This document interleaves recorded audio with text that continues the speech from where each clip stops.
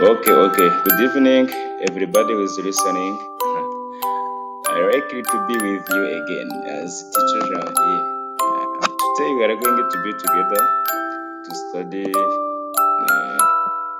what we call water cycle. Our previous video you have seen it, why not? But today it's great and it is better to see how it is because it is just being done, showing what is just being done. Today we are going to talk about the definition of water cycle, importances of water cycle, processes of water cycle by showing the definitions. Here we have a definition of what is water cycle. Water cycle is the process by which water goes in the atmosphere and comes back.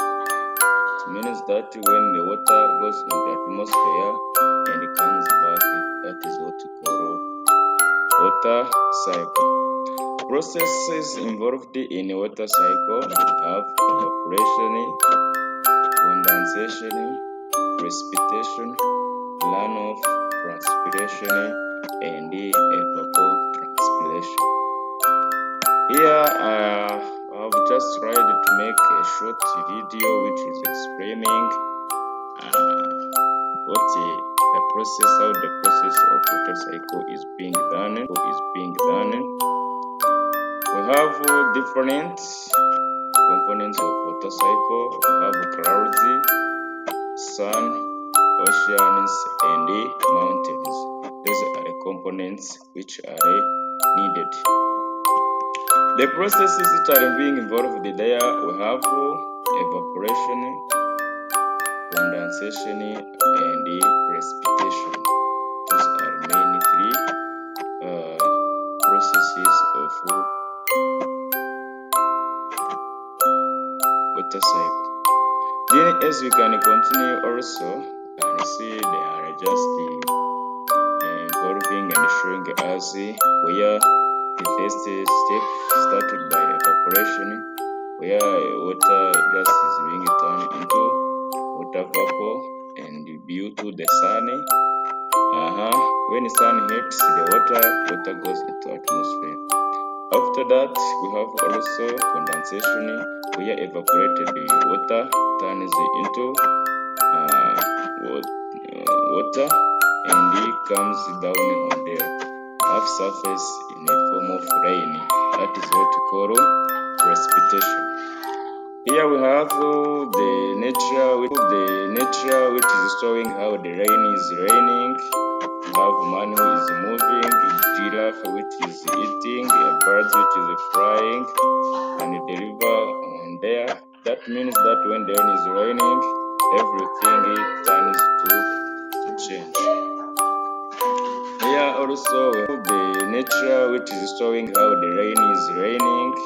We have man who is moving, giraffe which is eating, a bird which is flying, and the river on there. That means that when the rain is raining, also we have the background which is showing at home, what we need at home. To make it clear, we need the water, we need everything which are different. And here you can see we have different means of water cycle processes.